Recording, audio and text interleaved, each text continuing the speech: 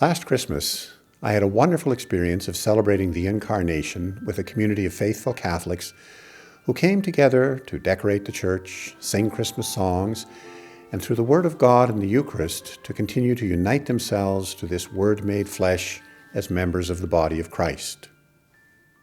In the midst of these celebrations, I had a wonderful revelation about Jesus' mother, Mary.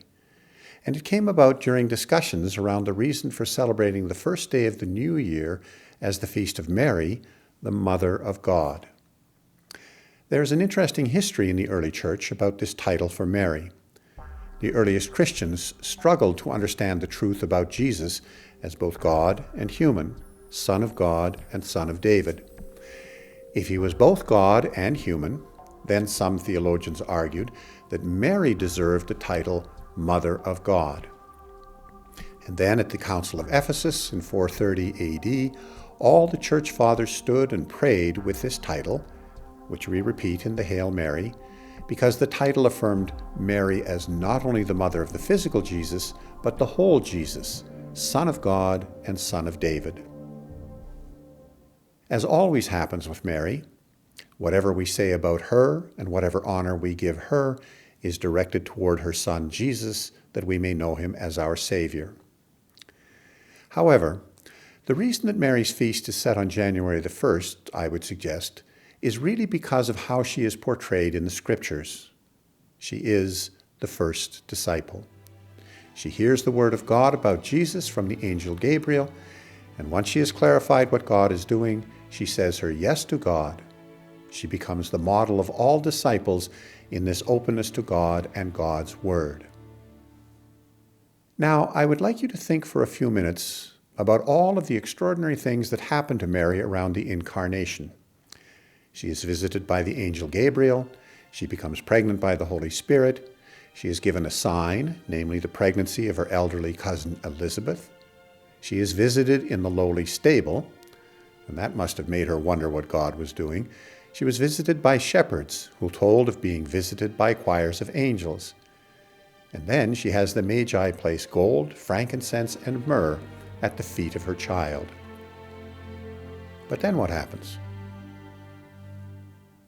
Well, she goes home with her child, and there seems to be nothing extraordinary during the time she and Joseph raised Jesus.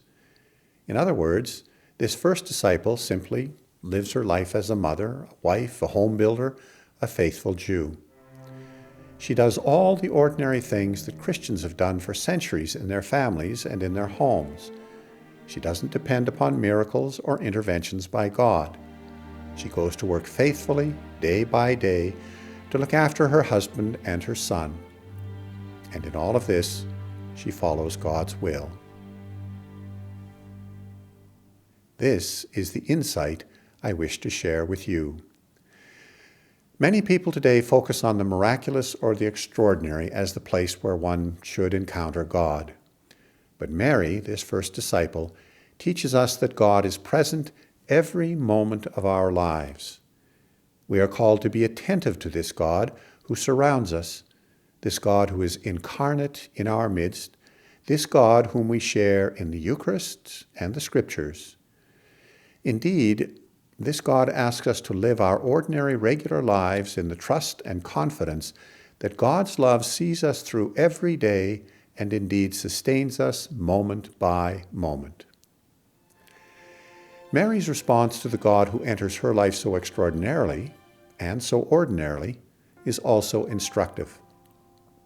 First of all, Luke in his Gospel tells us a number of times that Mary pondered all these things in her heart.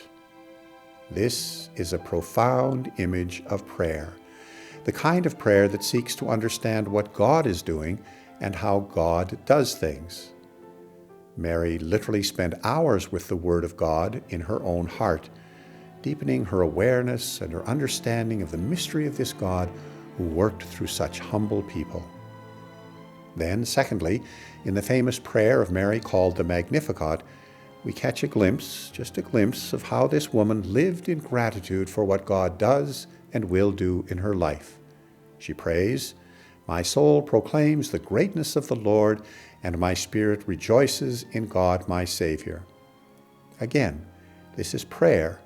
It is the prayer of praise and gratitude. So when we follow this first disciple, when we follow Mary, we ponder in our hearts the word and actions of God, and we daily sing God's praises.